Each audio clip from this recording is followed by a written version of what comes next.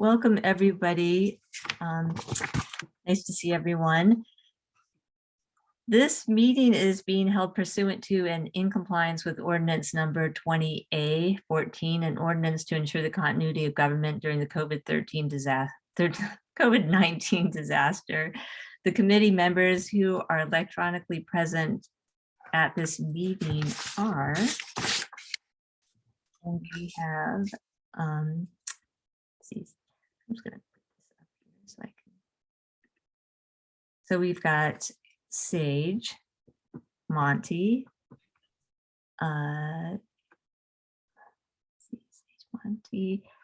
Victoria, Betsy, Jesse, Kendall, and let's see, Margaret. Did I get everyone? Let's see. Victoria. Did I say, I think I've got Victoria, yeah. And, all right. That's who we have right now. All right. The opportunities for the public to access the electronic meeting are posted on the Albemarle County website, on the Board of Supervisors homepage, and on the Albemarle County calendar. All right, and there's Terry as well. Thank you, Terry. So we're missing Navarre and Anne and Adam. Oh, and Peggy. I'm sorry, Peggy. I'm here. Yeah, Peggy's here as well. All right, fantastic. And thank you to all of our support team as well here. And I see that Adam is in the attendees. Adam is here as well. And welcome, Annie. Thank you for being here as well. Thank you. Terrific. All right, so we're going to take care of a little bit of business first, but we do have our guest speaker today, Andrew Johnson from Vanderland Recycling. So, but first, let's go ahead and make sure that we are approving our agenda, our August agenda. So hopefully everybody had an opportunity to take a look at that.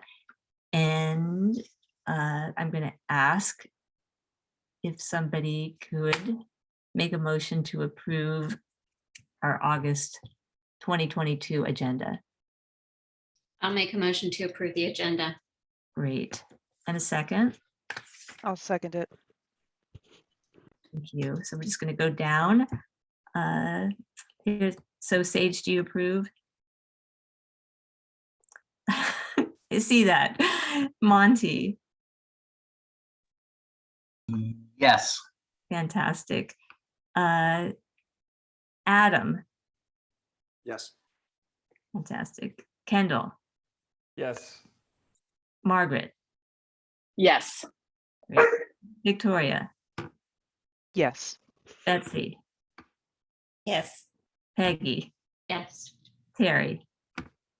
Yes. And Jesse. Yes. Thank you guys so much. And while we're at, let's just go ahead and look at those minutes, and hopefully everybody had a chance to see those. And if there are no amendments to those, we can get a motion to approve the July 2022 minutes. I'll make a motion to approve the July meeting minutes. Great. And a second? I'll second that. Thank you very much. Sage, do you approve? Yes. Monty? Yes. Yes. And I believe only the people that were members at the time can approve those minutes. So we'll just go through the Margaret, Yes. Victoria, Yes. Betsy, Yes. Peggy, Yes. Terry, Yes. Jesse. Yes. All right. Fantastic. Well, I'm going to now introduce our guest. Andrea Johnson from Dandelion Recycling and Containers. And some of us had the pleasure of visiting and taking a field trip in July. And we were really excited about what we saw. And I really wanted to have Andrea come in and talk to you guys and share a little bit about what they're doing there. So Andrea, I'm gonna hand it over to you. And you have some slides to share with us. And then afterwards, we're gonna hopefully have some questions for you as well. Thank you, Christine, and everyone for having me here today. I think many of you are aware of our facility, and we've been around for a while. However, we've really grown and expanded the material that we can recover, and so excited to share that with you today. So if you've been with us before or seen our facility before, hopefully these are some exciting updates. And we're really focusing on recycling material not collected in curbside. So we're looking at everything else on the spectrum that we can, or that's how our growth is projected here. So all right, well, I can share my screen and do this little presentation, and we can talk afterwards.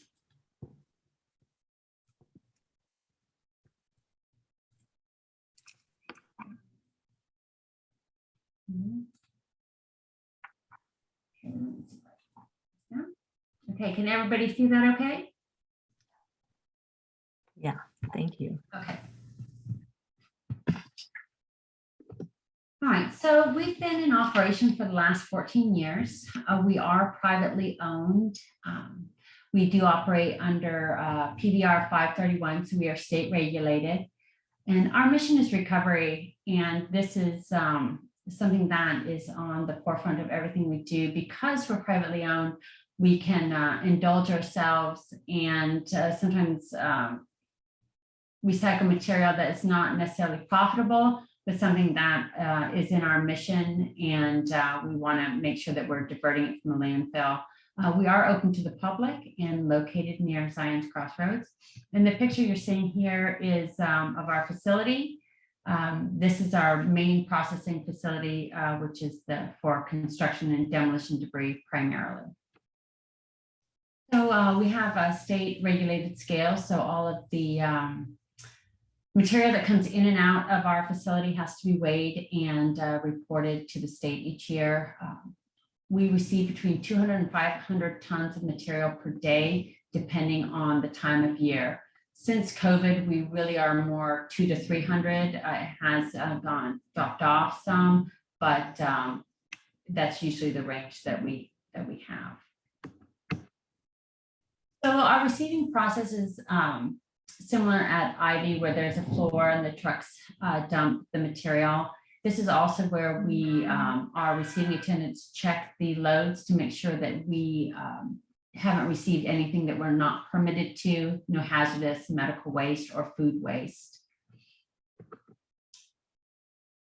So we primarily receive and specialize in the recycling and construction and demolition material. That also includes stumps, brush, and logs. A lot of the material we get are from land clearing. We do work with stumps with a lot of dirt mass on them. That becomes our topsoil. So there's not a lot of facilities that will take that material. And household material that doesn't include any food waste. So if somebody's doing a garage clean out or old lawn furniture, or old children's toys, those are beautiful things for us to potentially recycle. So this is a list of the construction and demolition debris that we recycle. You know, cardboard, construction has mass amounts of cardboard. Carpet and carpet padding, this is part of our new growth that we have expanded to be able to accept. Part of this, part of the ability to do this is finding new markets, and we have new purchasers for these materials, which is so exciting for us. Concrete, brick and block, and asphalt. This is something we've done since day one, and we turned that into gravel here on site. Drywall is something that we're now able to divert once again we have the equipment, and it's now DEQ approved as a soil amendment. So that once again opens a market for us. Metal is something we've always recovered. PVC is also a new material that we have just started this year recovering. And we're actually shocked at the massive volume that we're receiving of this material. We're working with a company called AZAC, which is, they make a product similar to Trex. And we're just really, really excited about being able to divert this material. Shingles, so asphalt shingles is something we've been working on the last year to harvest and recover. We are not currently making a product, we're still harvesting, but we should hopefully in the next 6 months be able to start actually processing a product. It will be a road base that will go over gravel and be a dust suppression. So, and then kiln dried wood is something, the framing wood, the pallets is something that we've always done from day one. Wire is something in the last 2 to 3 years that we've really expanded into. We have a wire stripper, so we're working with CVEC and larger electrical companies to make sure we're diverting that wire and it's getting recycled. And then vinyl siding is another one. Not all vinyl siding, there's certain types that we cannot recycle, but the vinyl siding is something also that AZAC is taking. So we're so excited about the growth in this area. Then we have our stone suppression logs. We also take car batteries, fluorescent bulbs, hard number 2 and number 5 plastic items. This is something that we have open free. That we have a little convenience center outside that's free to the public. But these are things that we've been trying to expand into. Almost all children's toys are made out of number 2 plastics, and they with all the little Types toys and things like that. Those are all recyclable. The little paddling pools for the children and things like that are great. Also with the number 2s are construction buckets that should also be in the, we have mostly what we receive and recycle our construction buckets. Also number 5 plastics with the Rubbermaid containers and trash cans and flower pots and things like that. Those are all things that we now have really strong markets to recover. And then we have mattresses and box springs. This is really, really exciting for us. Something we've been working actually for years. We've put up a new building to be able to process this material and have purchased and installed a new foam baler for this material. And I'll talk a little bit more about that in a minute. And then metal furniture and cushions, ton of metal furniture that comes through the shelving and pots and pans and aluminum patio furniture and things like that just get old and worn out. And this is beautiful recycling that we can recycle. Also the cushions on sofas and chairs and love seats and so forth. This is, we can recycle this along with the mattress foam and the carpet foam. So we're really, once again, very excited about being able to expand into these areas. Plastic film is also an area that we are really, really happy to be able to do. This is also, we can handle this material in our foam baler. We're working with Trex on this product, but mass amounts of this material in construction debris, believe it or not, because pallets and things like that come wrapped in this material. We're also trying to work with warehouses and commercial businesses who have this in bulk. But if you look around, everything comes wrapped in plastic, any Amazon order or so forth. This is also something we're hoping to offer at a more residential level as well, that they're a drop off for that. And then of course, cardboard again. So our sorting process, everything that, from the floor goes into this pile here to the top right, and it goes across our finger screen. From there, the larger material is going to carry up on top through our apron conveyor onto our A line. The smaller material is going to drop down and go through our electromagnet. What you're seeing here on the bottom is the large material on our A line. So they're looking for the cardboard and the wood and PVC, plastic, all those materials would come up on this line. The material that this is showing the small material as it goes down below, the first picture is our electromagnet, and as is the center, I'm sorry, all of these are electromagnet, getting all that small metal. You see the bin there, the hinges, all the little small pieces of metal. And people always ask, how do you get that out of there? And this is how we get that, the ferrous metal. This is a ferrous metal magnet. Then the material goes up our trommel feed into this big trommel and on the left, and that removes the fines from our process. And then the smaller material is going to come out on our B line. That's Cody on our B line right there. It looks like he's grabbing a piece of wood. So on this line, we're looking for wood, metal, once again, PVC, any sort of material that has slipped through the process. We want to harvest it here.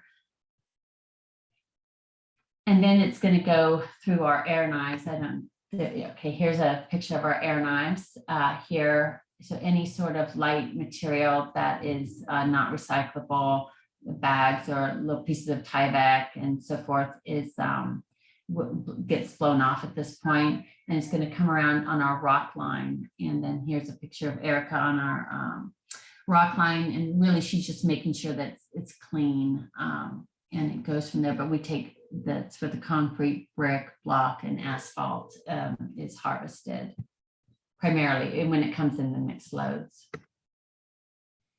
And on the left is a picture, kind of a little bit of a picture from a distance of our machine. You can see how small our people look up there. Now this area is, this is an older picture, it's actually covered and enclosed. When Christine and them came through our facility, they saw the enclosed version. But you can see the bunkers below, and all the material that is dropped in the bunkers. Our loader will come through and then collect it throughout the day and put it in the various locations that needs to either be baled or loose loaded or taken to our yard for further processing. There's some plastic buckets coming out, or some plastic in general coming out, cardboard bales. The excavator there is loading the metal truck, which comes every day. And on the far right, you'll see that's our little wire stripper. So we wish we would have bought a bigger one when we had the opportunity to, but that's on our wish list going forward. But right now we have the smaller one. And this is our production. So the production has been our biggest area of growth outside of finding new markets. And we're still doing our mulch production, as well as we'll provide wood chips for the paper mill. And then we have the mulch in general there. Our gravel production. And then our topsoil. So that's something that we get a lot from our stumps, brush, and logs. And once again, we screen it so to make a marketable product. And this is something we also have fill dirt, but for the most part, we give that away free. But this is the topsoil that we do sell. It's a really nice product because it comes from, all that root mass.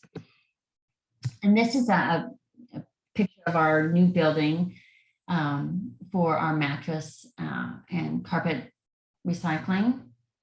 So we are working on a third building, but that is still in the works. So this is actually our temporary setup till we can get that the other building through the process of getting erected. And to the right, you can see a typical mattress, some of the material that can be harvested. The foam is actually the most valuable part of the mattress for us as far as the economic standpoint. Of course, the wood would just go in with our kiln dried wood that we already have, the process already established. And then the steel we have purchased, well, last year we purchased a special shredder that can shred this material, and we have a recycler who will take it even if it has a little bit.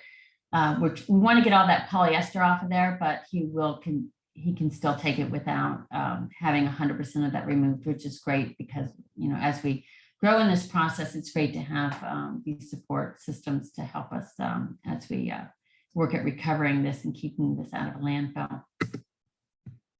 Then our carpet and carpet padding. Not all carpet is recyclable, but we're looking at nylon 6, nylon 66, and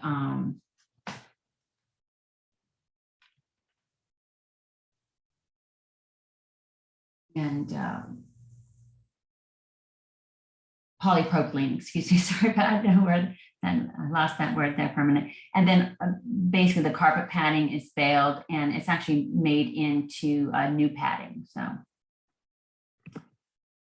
And then we're looking very strongly at, well, actually not looking at, where it's styrofoam. So we've been awarded a grant for a densifier for styrofoam. Our mattress recycling process has taken a little bit longer than anticipated with the, believe it or not, electric panel, waiting for the electric box. It's taken forever to get to us. And so next week we'll have our power on. It's kind of pushed everything back a bit. And so our foam will probably be, we're looking probably at January. And then here's a Trex with the film. The film, the challenge with that is being able to harvest it and keep it dry.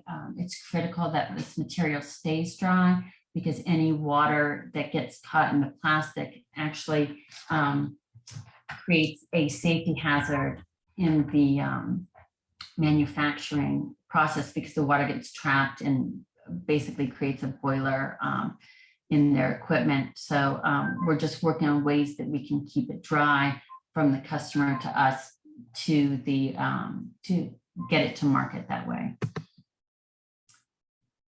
So yeah, let me get escape here and come back to the big screen. And I'm ready for questions. Well, hopefully that wasn't too fast, but I know that this is a limited meeting, so. Thank you so much, Andrea.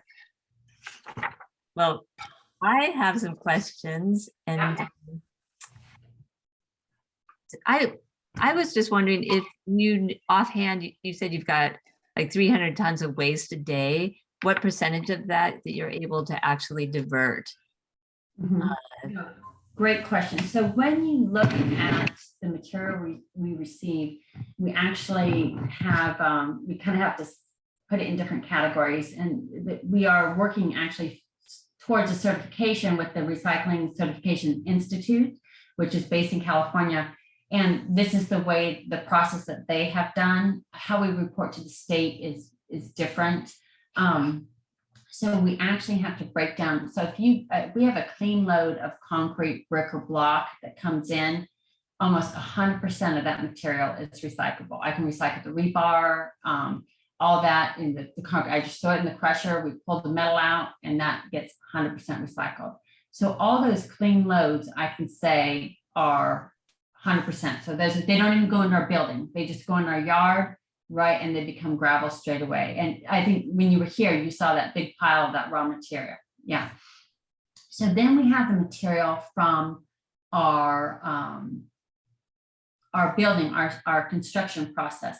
So in that process with mixed construction, what we're looking at between 50 and 55% of the material by weight, not by volume, but by weight that we can recover.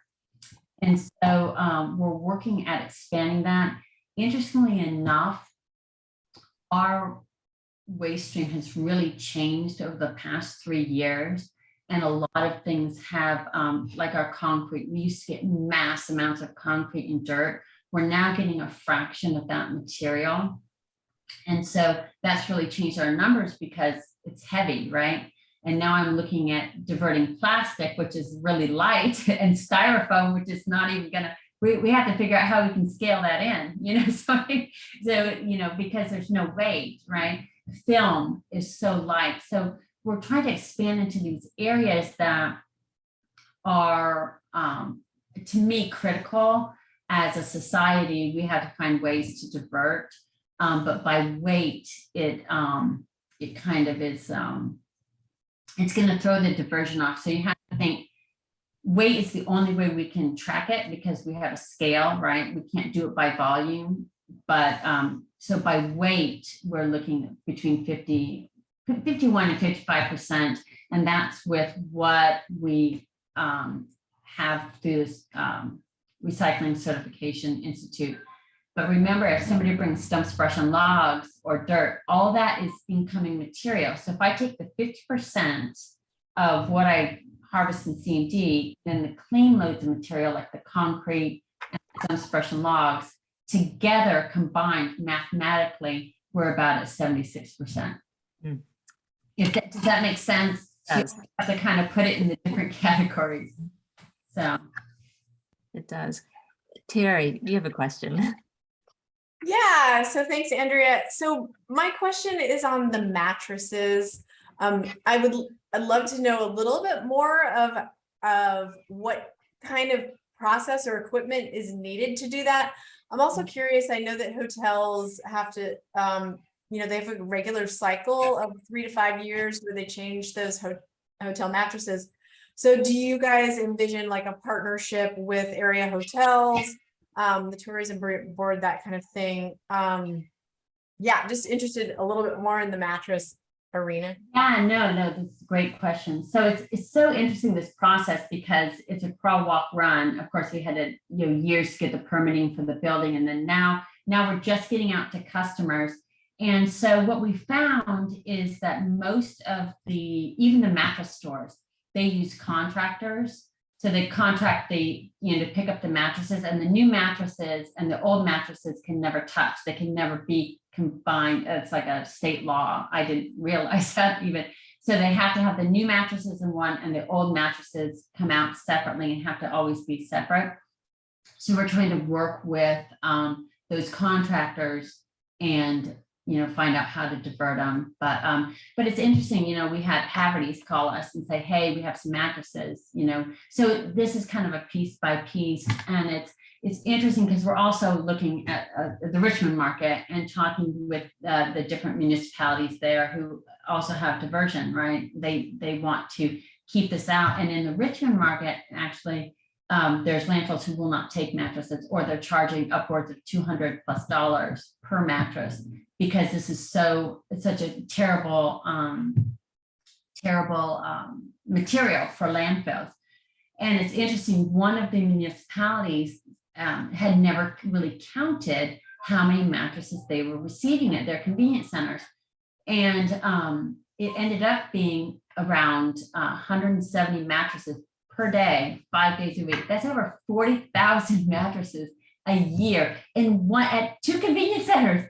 So, I mean, this is a material that honestly, as a nation, we should be attacking. There are 4 states who've made legislation banning mattresses from landfills. I would love to see Virginia be another one, but yeah, no, we're working. Great question, Terry.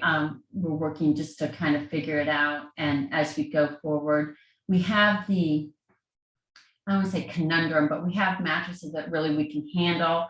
And because right now it's a very manual process for us. We're looking at, once we get our newer building, we'll automate more of it, but it's a manual process. But we have some mattresses that are really gross, for lack of a better word, that we don't want for health and sanitation reasons. We really can't have our people handling. So those will just shred, get the metal out. If we can get any wood out, we'll get that, but that will be automated with our shredder. We actually won't have hands-on, because we obviously have the health and safety of our staff as well. I have a question. So are you actually disassembling the mattresses then by Yes. hand? Yes, right now? so initially we're just taking the blade and cutting them open. The top part, if it's cotton, can actually go to textiles, which we're trying to work with and develop a partnership. The foam, we take the foam out and fold it up, the metal, everything is taken apart. Once you get it open, it actually comes apart by using. You mentioned this textiles, and do you foresee in the future accepting textiles? And No, no, I can't see that. That's so tricky because if you have like 100% cotton fabric, you might be able to market that, but like the polyester and stuff like that, there's just, I mean, that would be, I think that's, I can't foresee us ever doing that, but you're right, textiles is an enormous, enormous problem. Right. I had a question for you. First of all, this is fascinating, and thanks for doing this service, and thanks for coming to the meeting. So interesting.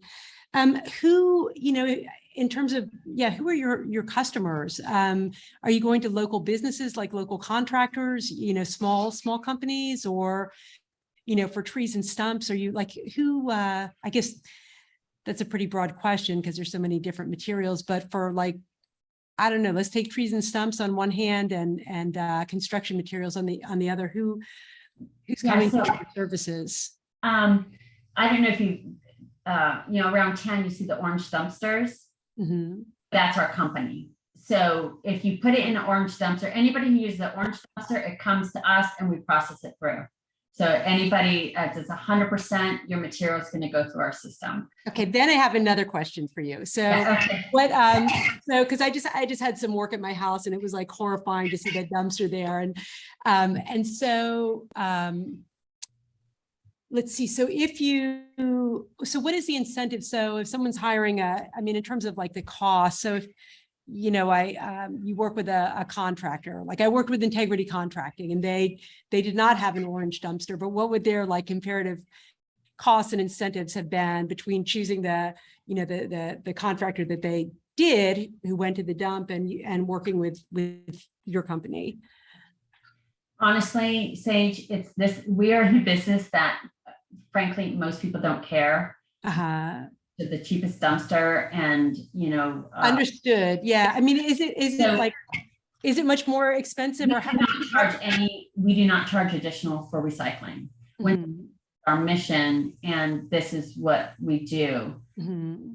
But so if somebody puts it in the orange dumpster, if they get lucky, there are a few contractors who actually care, but in the end, they have a business too. And, if their customer says, I don't care, do whatever, Oh, yeah, I understand. I just wondered if it was a lot more expensive to. No, it's really not. Okay, that's what I was getting at.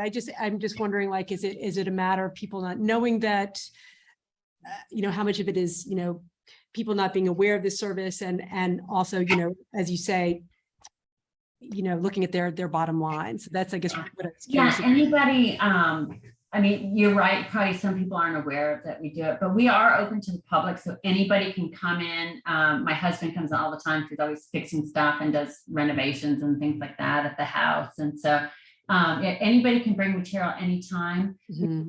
Expression logs, our largest things are, so land clearing is done usually through third-party contractors hired by the contractor themselves. Mm-hmm. Contractor will say, hey, I need this land cleared, and they'll hire, excavating company to do the clearing. And most often they bring it to us because we'll take high volumes and we can handle the stump. Normally we get the stumps. We don't really even get the logs or anything like that. We get the stumps because really there's no other place that will take them. Yeah. Thanks. Is there anyone else who's got some questions? I do on the styrofoam. How do you protect the health and safety of your workers with that product? It's such, it's a known carcinogen. I just can't imagine what that entails to protect those workers. Yeah, so all of our workers have respirators already from our other processes, but on the densifier, it actually is just removing the air. So then the plastic just kind of melts down. So it's not, there's not a lot of, we're not really processing it. We're just removing the air. So it packages it, because the problem with styrofoam is it's just air, right? I mean, it's like 98% air. And so you wouldn't ship a tractor trailer load of styrofoam, right? But if you can densify it and then you can palletize it. So our goal is to densify it. It actually goes into a form, like a brick form. And you put the bricks on a pallet and you get the pallets to market. One of the things that I really underestimated in recycling before I started with recycling is the logistics of everything. So you've got to be able to get it to market in the most cost-effective way. So it means baling, densifying, like you want to compact it so you can get as much on that truck as possible, you know, to maximize the load weights. Recycling is not a get rich fast industry. It's our heart's in it and we want to do the right thing industry. So, you know, any dollar, we're literally in the, we do things in cents. Like my foam, I'm selling it for 20 cents. You know, it's not a, we're doing this because it's the right thing to do. And obviously we have enough to keep going. But we're not, you know, we're not going to be taking over the world anytime soon with, you know, we have to watch every penny. So that's where it really comes down to a logistics game. You know, if we can save $100 on a load or get a little bit more per load, then we maximize that cost, you know, the potential profitability on that. Can I ask a question about the asphalt, this asphalt shingles? And you mentioned that you're gonna be processing that material in-house. And so then it will just get shipped out to be applied to the roads, those surfaces from, or will you do all the processing of it? Or does that get Yes, shipped? we will process it on site. Now, it will sell it like we do gravel and mulch on our yard. It is actually a VDOT approved dust suppression in Vermont, Ohio, and Minnesota. And I have, I've been talking with the Virginia VDOT, but we have to, we're not far enough down the line. Everything this past year, all of our project timelines have been bumped. I mean, really almost 6 to 12 months just from supply chain and getting the contractors, getting everything we need. It's just been, I mean, you can't get them, right? You just have to wait.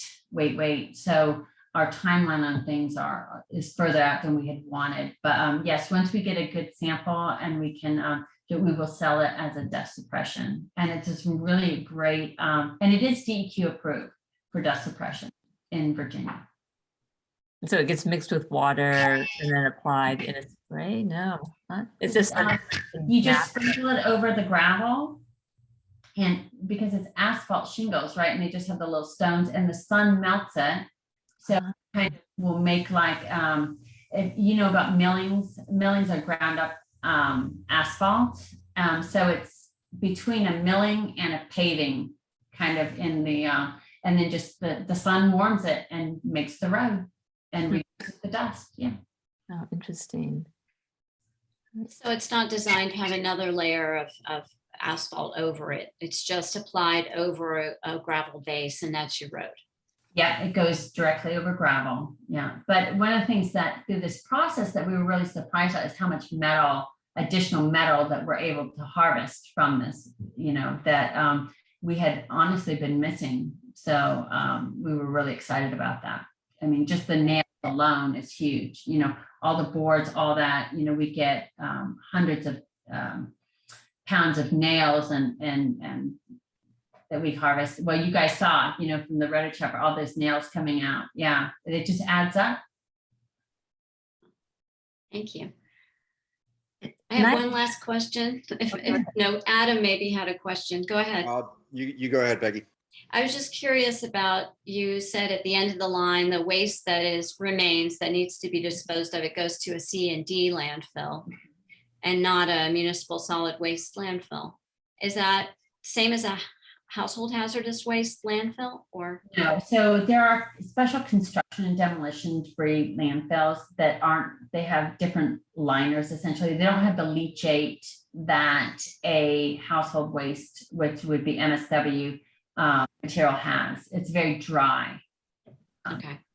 So yeah, so it's essentially a different liner. They don't have the leachate suppression. It's the same with our buildings. Ours is dry building, where the other building that we sold back in 2018, they have the leachate tanks because you have all the leachate coming from the organics. Thank you. Adam. Yeah, Andrea, thank you for being here and sharing the presentation with us. Sounds like you have a pretty good handle on the residual stream in your facility. And I was wondering if you had a characterization of it and if there are 2 or 3 real problem children that keep coming up. If you had a wish list of either, I wish we didn't receive this, or I wish we had a way to handle this. Well, so it's interesting because I can tell you the main things in our residual pile are going to be things like plywood, which because of the glues and the resins are not recyclable. Insulation, which there's just right now no recycling capability for insulation. We have just different things like Tyvek and things like that just come through the process that right now we don't have homes for. We always look at the material and say, what can we do with this? One of the things that I didn't have on my presentation that we're trying to get is black corrugated pipe. So we get a lot of that and we're harvesting it, but it takes us a long time to make a bale. So we may have like 3 bales a year, believe it or not, because it's so much airspace. When it's all smashed together to make a bale, it takes a lot of material to make 1 bale. But that's something else that we are harvesting. And so we get oddball things and we look and say, okay, we can harvest anything. We can harvest the insulation. We can harvest the plywood. But if you don't have a market who can buy it or anything to do with it, it's essentially wasting your time. That's why we got so excited about when we had markets for PVC. We went to a conference and you should have seen the guy from ASAC who gave the presentation where he was PVC and vinyl. He almost was like, body slammed as he came off the stage. Everyone's like, oh, I want your card, I want your card. Because we're so excited to have a home for these materials, right? Because that's key to being able to do something with it. And it's not as though you would ask your customers to not put those items in the orange roll-off, or do you? No, because they need to dispose of them responsibly, and we're able to do that. And that's the other thing, the service that we have responsible disposal. It's going to go to responsible, any residual, we're going to harvest everything we can. Any residual, which you have, will be disposed of responsibly. And they can be assured that we're only using state regulated facilities. And it's because there's still things that we can't do anything with and we have to dispose of them.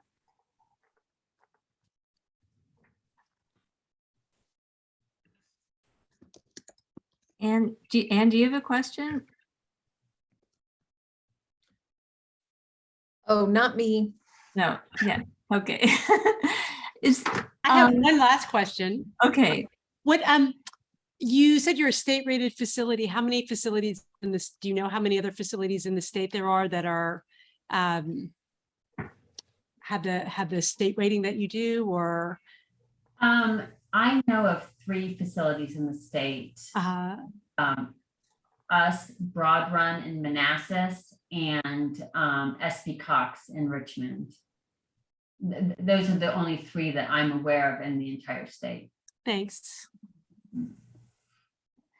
And I think my last question is, what can we do? I think we are so supportive of what you're doing, keeping this material out of landfill, and in our community, letting people know that these options exist. especially for things like mattresses and a lot of things that are just problematic. Yeah, what I'd actually love to do is to have the opportunity to be able to work with even Ivy or other, other locations to say, instead of throwing it in the trailer and taking it down to Amelia, that's going to go in the landfill, look at maybe bringing it to us. We can process it, harvest what we can, and, keep that material out. I mean, when you just, it's cheapest and easiest to throw it into a trailer and take it to the landfill. It just is. But there might be ways that we can work to, once again, divert this material, and also the economy for in Central Virginia, right? To keep it in our community. I live in Albemarle County. We have a ton of workers who are in Albemarle County, and to take a more community approach to recovering up this waste, because this is an amazing facility and we are able to do so much right down the road. So once again, logistically, we're here. It'd be great to be able to divert this material. Yeah.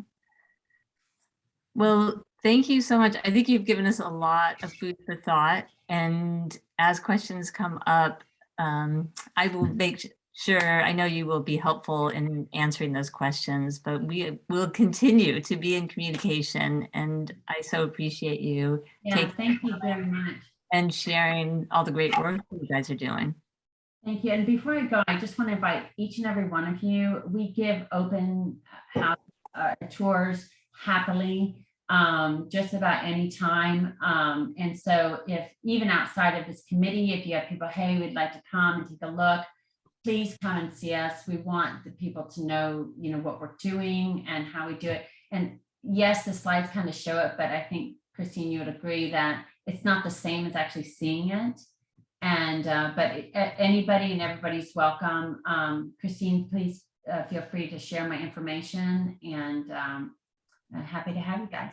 Yeah, and I just want to add that building is covered with solar panels, and I have to say your employees seem to be pretty enthusiastic. So given the very difficult job that they have that they're doing. So I know we have a great team of people, and yeah, I always forget about the solar. We work so hard for it. And I forget it, but yeah, we have our third month with zero on the energy uses. We're like, yes, so we're actually Wow.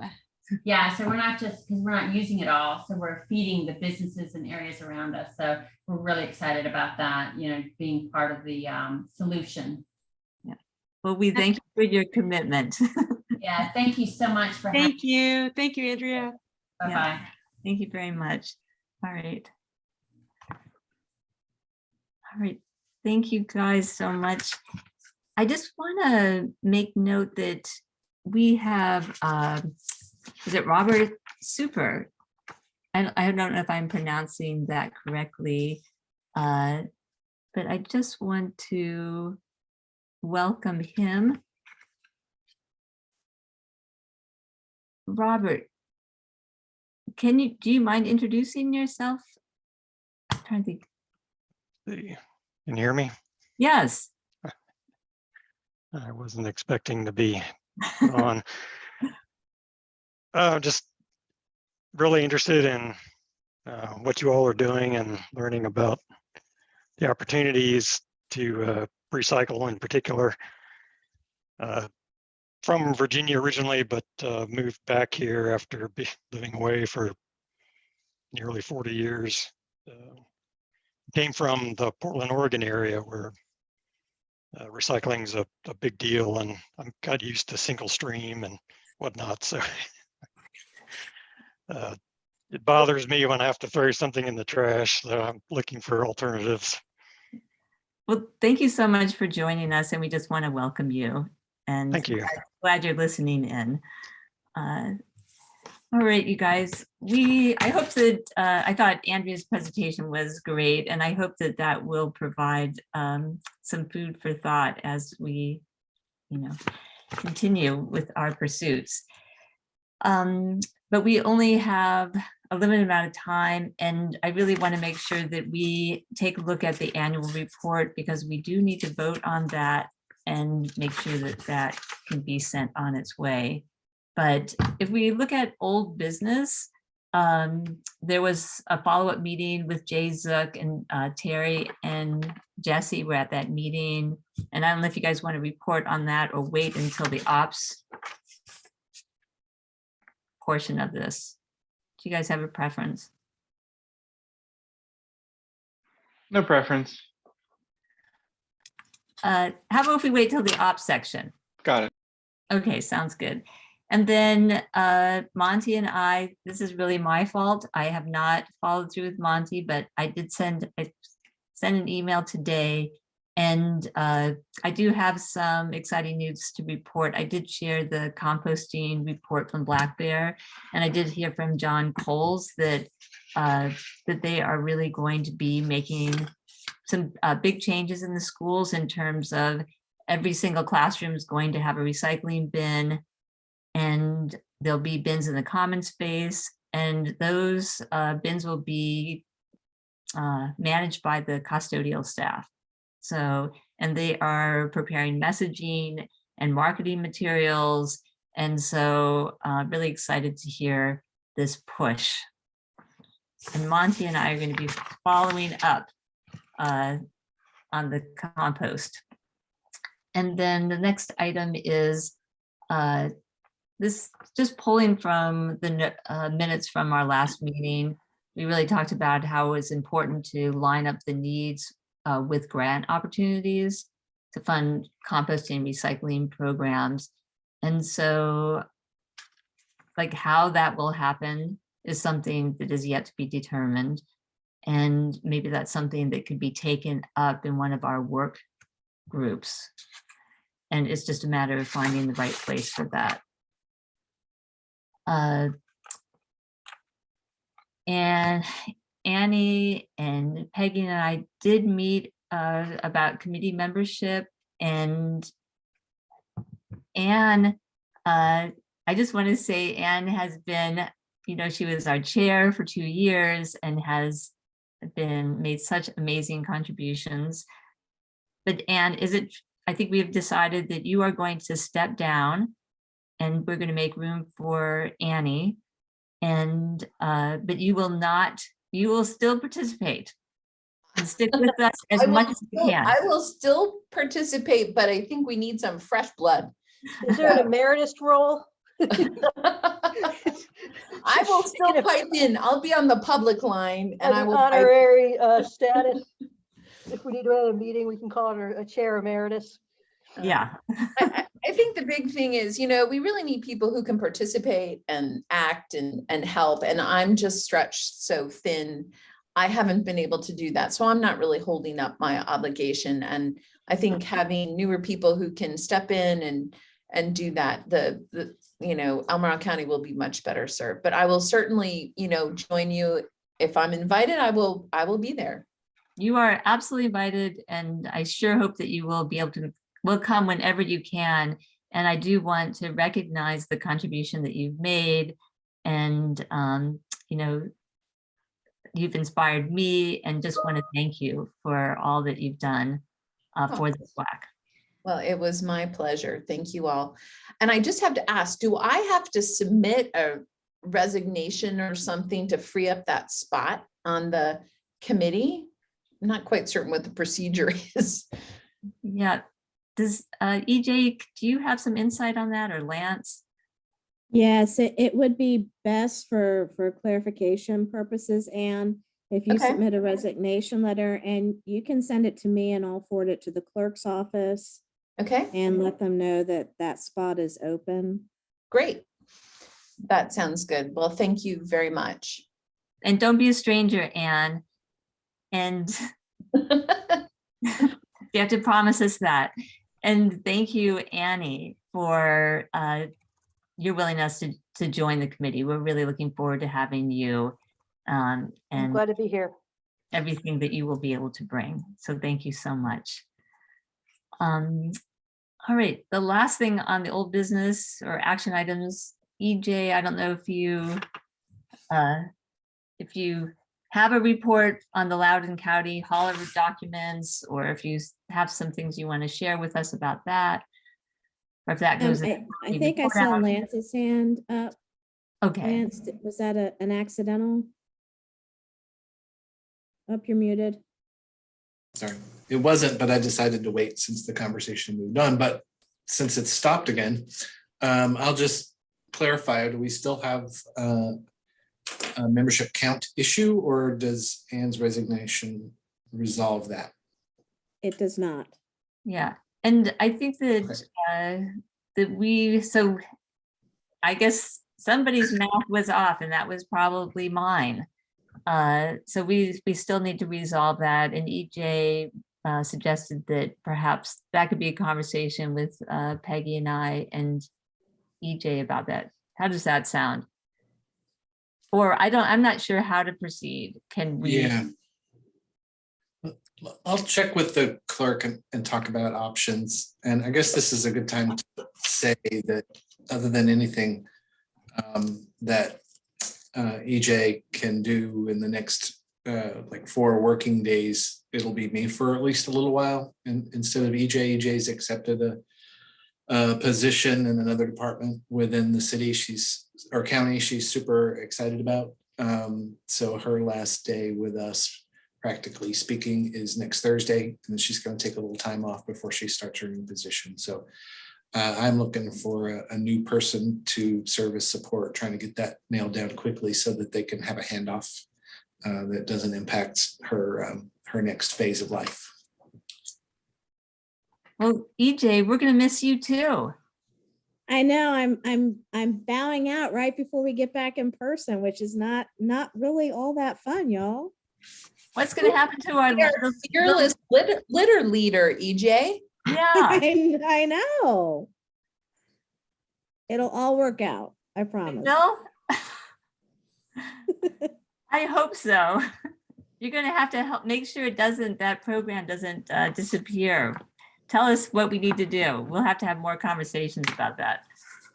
Well, Lance and I and Christy, my new boss, we're all committed. Obviously, we're all on the same county team, and we're all committed to making this a smooth transition. I certainly am not stepping away from my facilities family, just from the work. So, so that's I'm not going into a hole. I'm just going downstairs. All right. Well, we'll miss you. Thank you. So EJ and I have a list of things to transition that the litter program is on it. We've already had an early discussion. I haven't resolved the question you have yet, because only known since yesterday morning that she was leaving. So we'll get there and soon. All right, great. And so the Loudoun County Hauler dog, that's going to be sort of transition to someone else, or? Yes, that's on the list too. Okay. Yeah, EJ's the one actually big thing that I've asked her to do is to get that document as well as some other supporting information, or everything in as tight a package as she can, because it's going to be really hard for someone else to pick up unless it's coherent, cohesive, and there's the possibility of budgetary impacts. And so I want to make sure that I have any information on that front in hand before our budget submission process begins in a month or so. All right. Well, thank you. And you've got your hand up.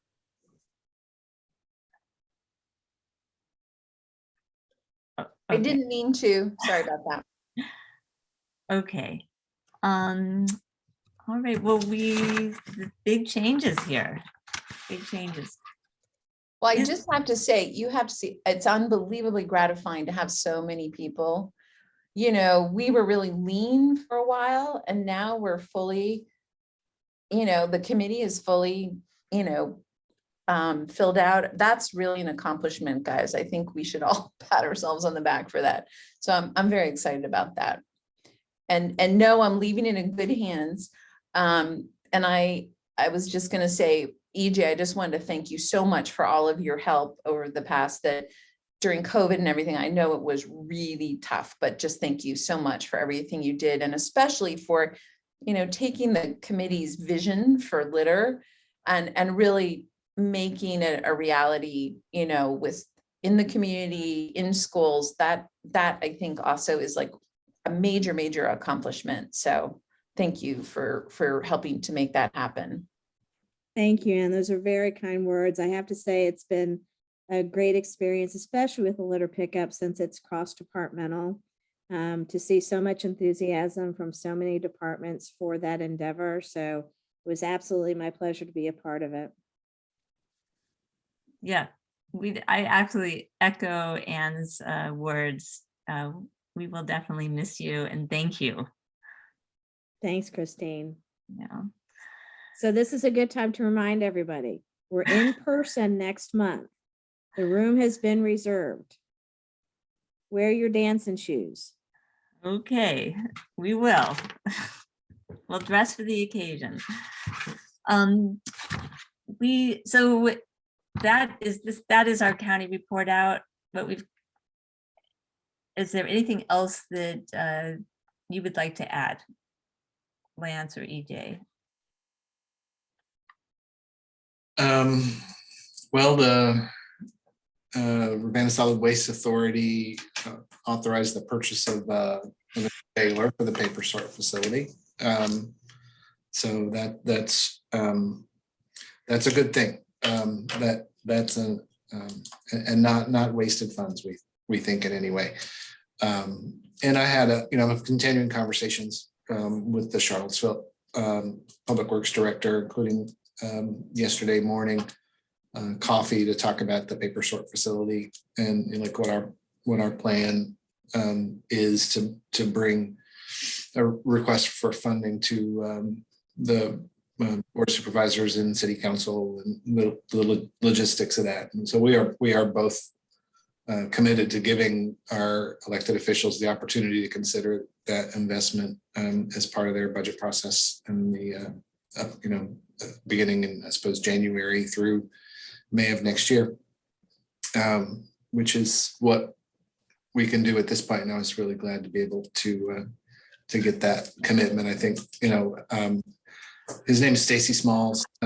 He's been with the city, I think, since November. He's really good to work with, and he gets the big picture.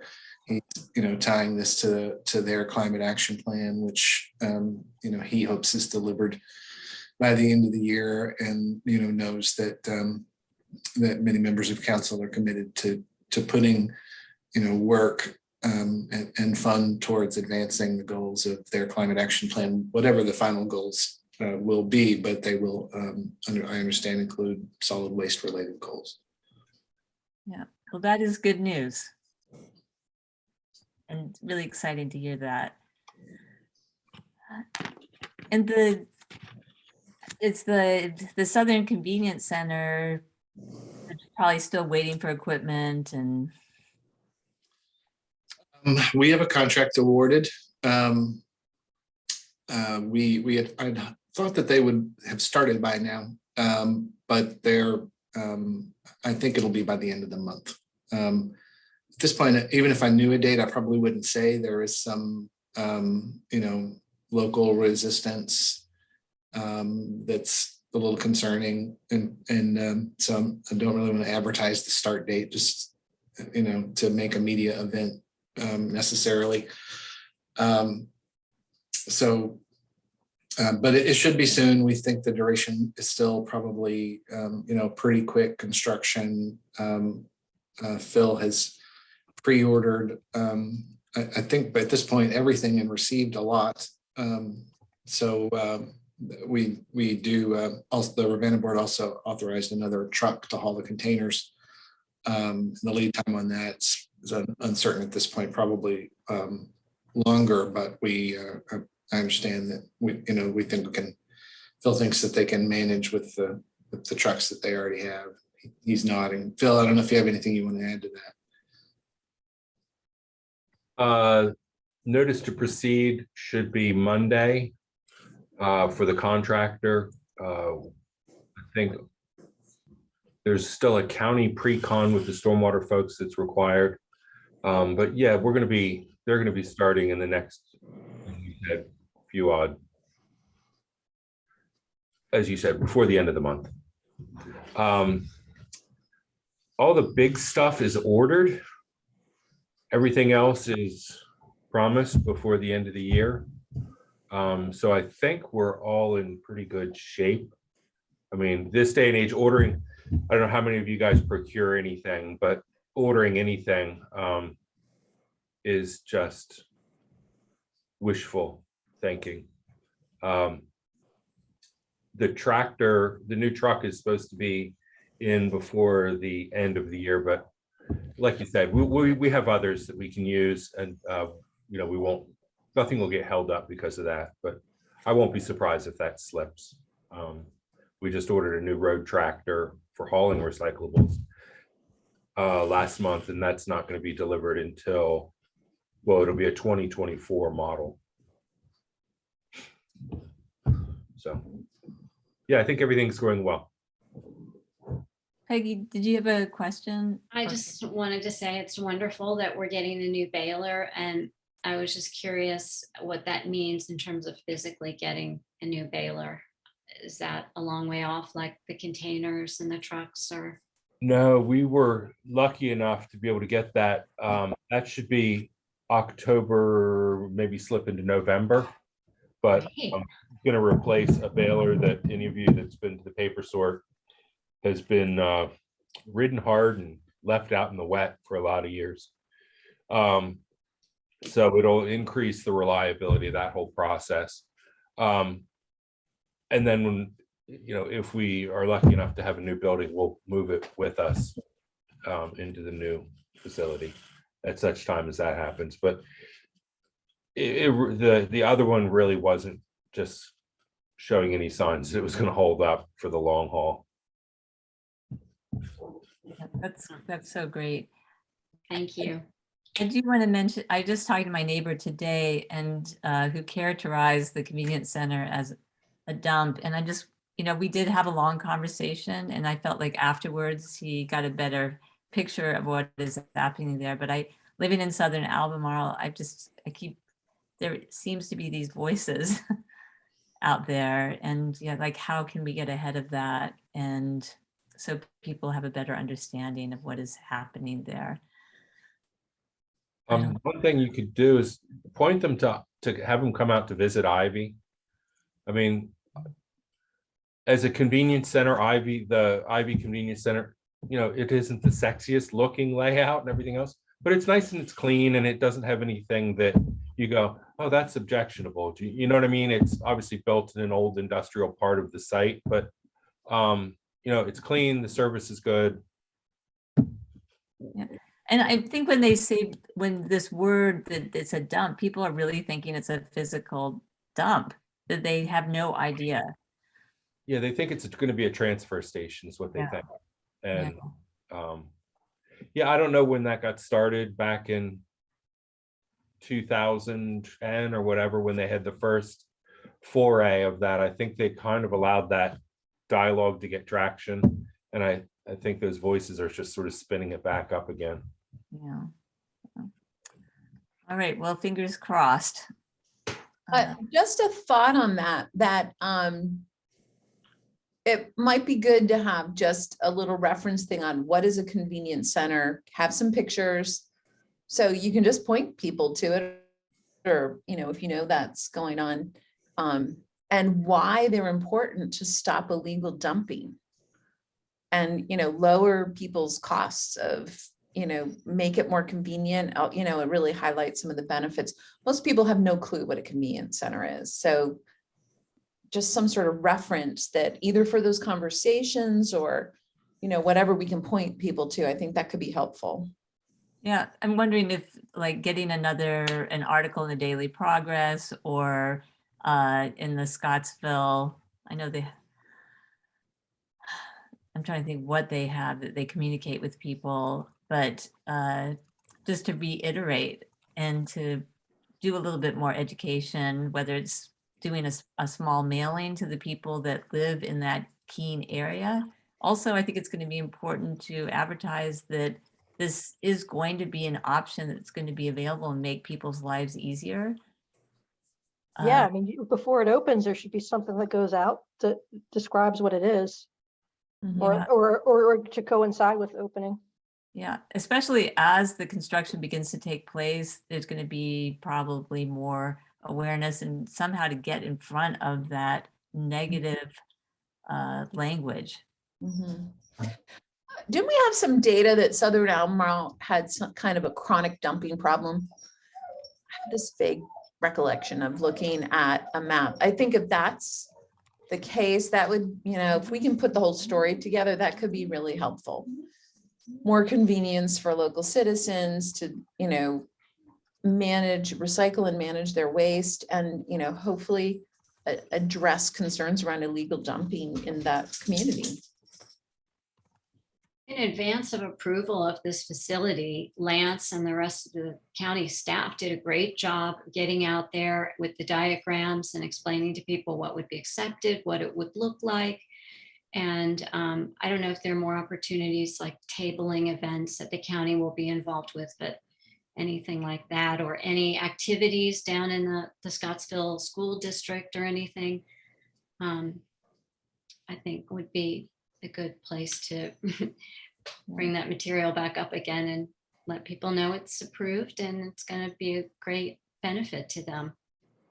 Yeah, maybe just having a really positive spin. Did you know this? There's going to be a great opportunity now for you to deposit your recyclables, and I think that at some point it would be good to get CAPE involved in spreading that message. Or CAPE has been very helpful in explaining the process and the goals of the convenience center. And I've been fielding a lot of concerns, but trying as well as I can to explain what's going on. I think I look forward to it happening. I think people will be relieved to find out what it really is. Well, going back to 2000 or whenever Phil mentioned, the main concern was that it wouldn't be supervised and that it would just literally become a dump site. And we know that's not what the case. That's not going to be the situation. Yeah. Maybe a table at the city market with some information at the little farmer's market in Scottsville might, maybe there's some opportunities there, right? It's a good idea. Yeah. And just at least getting some allies on board to help spread the word that this can be a really positive thing. And I would be happy to help out if needed on a Saturday for that. I'd be happy to sit with you or table there. Yeah. All right. Thank you guys. Thank you for that great information and exciting news. And so we only have 15 minutes left. And if it's okay, I would actually like to skip to make sure that, well, maybe our working groups could be pretty fast, but I want to make sure that we've got time to look at the annual report. Planning and vision. Do you have, if we can make these report outs quick, I think we'll be okay. The only thing I was going to say is that you all probably are aware that the city also passed their bag tax.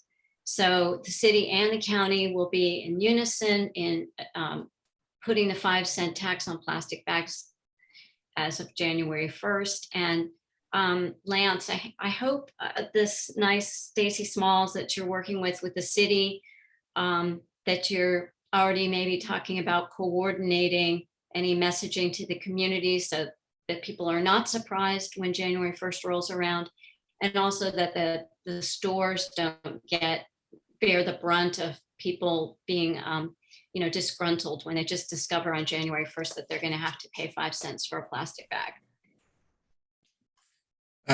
We have not talked about this. The primary point of contact for the city who's moving this forward is in his department. Many of you know Crystal Rittervold. She's kind of the lead that brought this to the manager's office and in the board. Our main point of contact is actually Deputy Chief Financial Officer, because it's a tax rollout, named Jacob Sumner, and Jacob is, I know, coordinating with Crystal in the city. I'm not involved with their, communications planning, but knowing how closely our Cape office works with, communications office works with departments on anything that's big new change. I'm sure they've probably got a good plan. Whether it's coordinated with the city, I couldn't say. Okay. Thank you. And also Fredericksburg says that their revenue from the tax, right now, it looks like they're going to make $40,000 on it in the first year. That's not necessarily a good thing, but we can all expect there'll be a higher revenue the first year, and it'll probably sharply decline after that point. And that's really all I wanted to say. All right, thanks, Peggy. And so the ops group, perhaps Terry and Jesse, well, I'm gonna let you guys, I know that Victoria is working. Thank you so much for taking the lead for this group. And she is working on organizing a meeting. So I hope everybody will get back to her as she tries to organize that.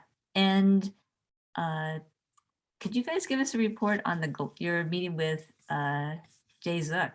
Sure. So we had a meeting with Jay Zook and John Childress at GFL. We talked a little bit about the opportunity for them to be a glass hauling partner.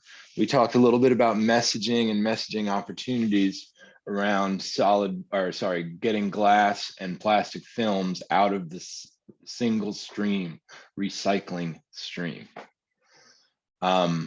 We have a follow-up meeting scheduled for Monday that they need to reschedule. So we will, hopefully Terry can join me so we can talk both about the outreach and marketing efforts as well as the glass hauling. Now the glass hauling update is this: they are willing to be a partner for the people who can do it, but they want to really understand sort of the logistics, the sites, and what that looks like. So they're willing to put a sales rep on it and send a sales rep to talk to the people who are interested in glass recycling on site. That would be wineries, breweries, people who have large amounts of glass that they're generating, I'll say hopefully more than seasonally. But we wanted to get not necessarily a vote, but sort of a nod before we introduce GFL as a partner who can provide a sales rep and subsequent service to us. Again, we would have a meeting where we brought together the various wineries, breweries, and other generators of glass who are interested. We would explain to them that we are working with GFL and encourage them to be in touch with GFL, or however that handoff of contact information goes. Right now, GFL has addresses and general tonnage ranges, but they don't have names. Yes, they could piece that together with a little Googling, but that's sort of where we're at. Thoughts? I think it's great. In fact, I just called King Family Winery today because I wanted to know about their bottle washing. And I talked to James, and there's no such thing happening there. And he's like, oh yeah, we recycle. We throw it in with the cardboard and it gets picked up. And so I explained to him, he remembered the conversation. He is very interested in doing this. So if that's the nod that I'm looking for, I will set up a meeting with Jay, John, Terry, and myself, and we will talk hopefully next week about a public meeting of sorts. And when I say public meeting, I don't necessarily mean as advertised. I mean public meeting as in we're going to bring together the people who've been involved in this effort. And if it needs to be advertised for the number of people on the SWAC, we can do that. Terry, thoughts? Monday, Jesse, I'm not sure if you said it was rescheduled. It is not yet rescheduled because I haven't looked at my calendar yet.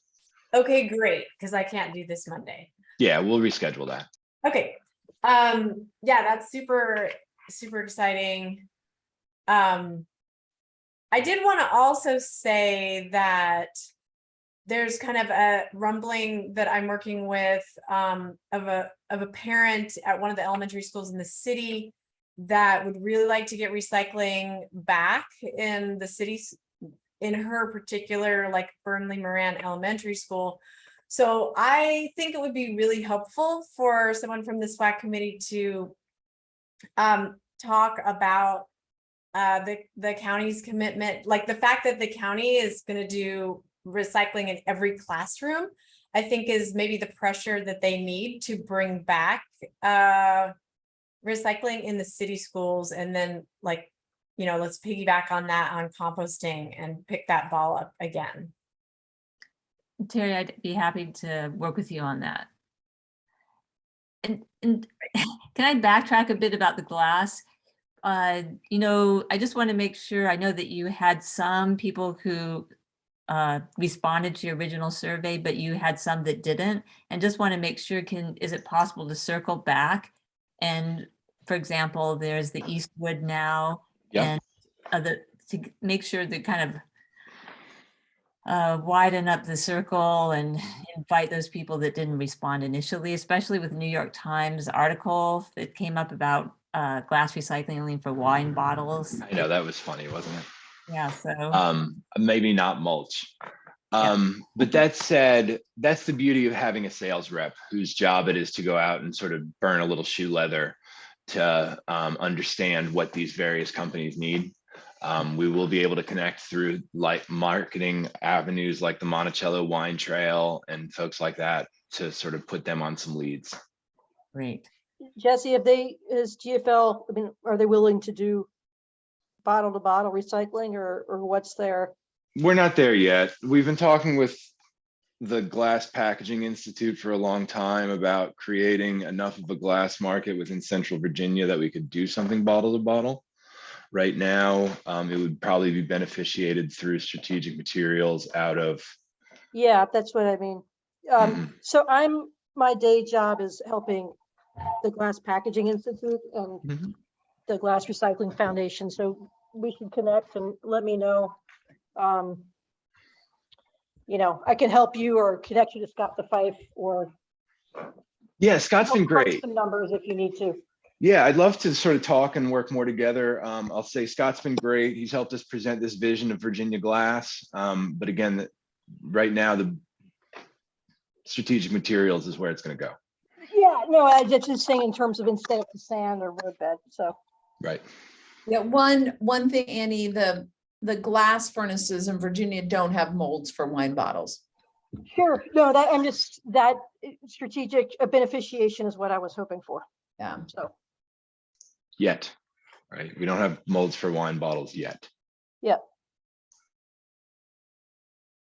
I want to add that Annie has agreed to join the ops committee. So, I mean, group, thank you so much. Yep.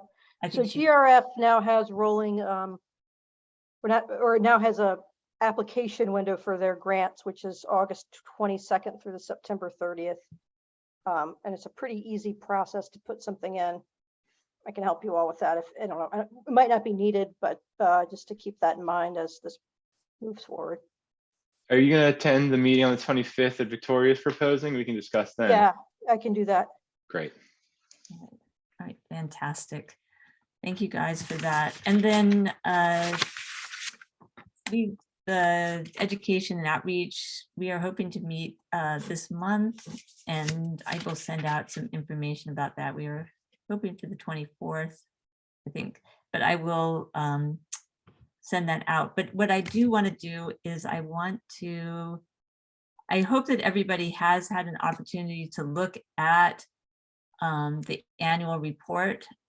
I didn't get a lot of feedback.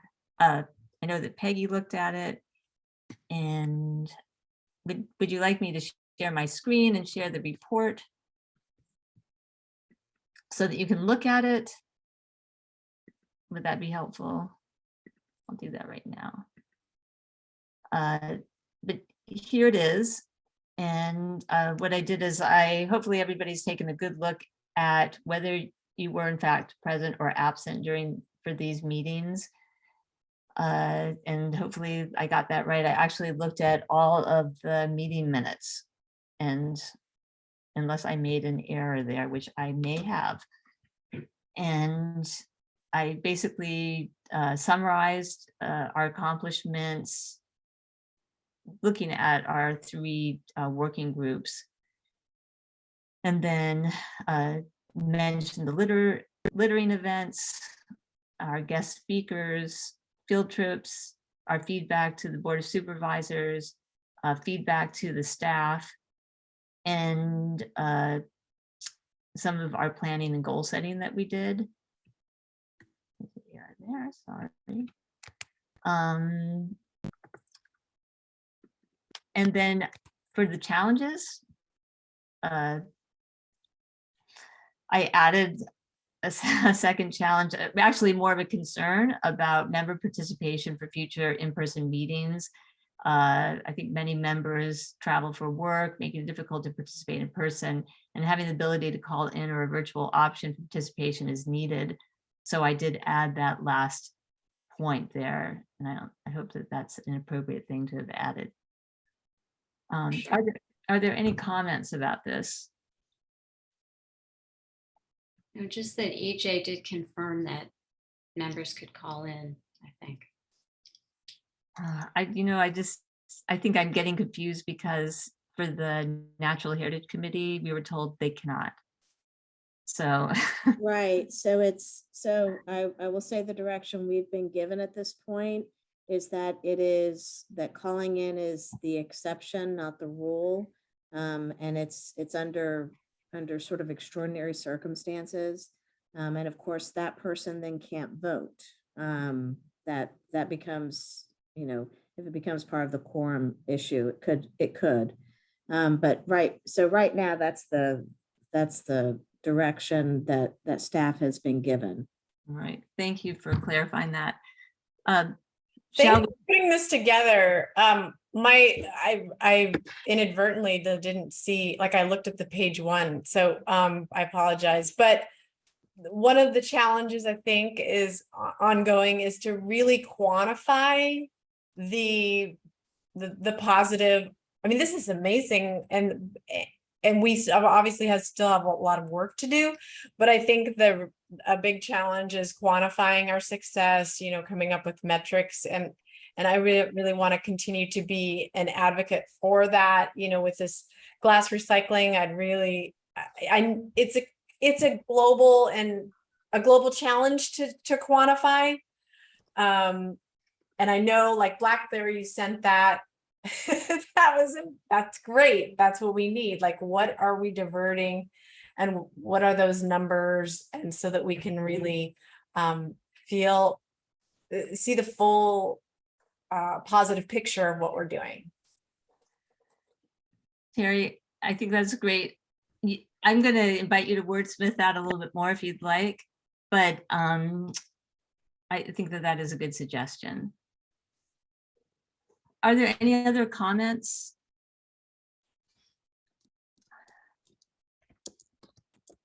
If not, can we go ahead and have a motion to approve the submission of the annual report? I'll make a motion to approve the annual report. And a second? I'll second. You. Sage, do you approve? Yes. Thank you. Monty? Yes. Adam? I think I should abstain from this vote. Yeah, that's probably makes sense, doesn't it? And probably the same is true with Kendall. Anne? I'll approve. Margaret? Yes, I approve. Victoria?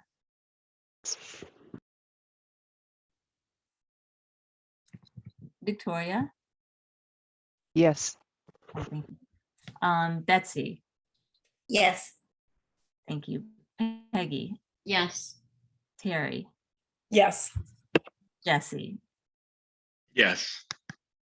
Thank you so much. All right, we finished in the nick of time, 5:31. How great is that?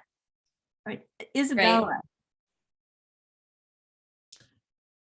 Good job, Christine. Very good job. Excellent report, Christine. Yeah, good meeting. Looks like Sharice has her hand up. Oh, Sharice. Oh, I'm sorry. I thought it was Isabella. Sorry, Sharice. It's just, that's okay. I'll be quick. I just want to let everyone know that this will be my last meeting. Ah. You guys have Isabella, capable hands. And I will not be even at the TJPDC anymore. So my name could come off the SWAC emails. This next week is my last week. Oh, Sharice, thank you so much for everything that you've done and all your contributions. Absolutely. Thank you, Sharice. So much. Sharice. Thank you. Thank you. Yeah, Yeah. we wish you the best in your next pursuits. I appreciate that. Yeah. All right, thank you. Well, this is sad. EJ, we'll miss you too. And Anne is not leaving for good, so we'll see her at the next meeting. We've reached our, Anne, I'm sorry, we've reached our quota on people leaving the premises. You're gonna have to stick around. That's right. Right. We know where to find you too, EJ, so we'll be looking. That's forward to true. that. All right, thank you guys for a great meeting, and we'll look forward to seeing you all in person in September. Yes. Absolutely. Thank you. Thank you. Bye-bye. Bye. Bye-bye. Good night. All right, bye-bye.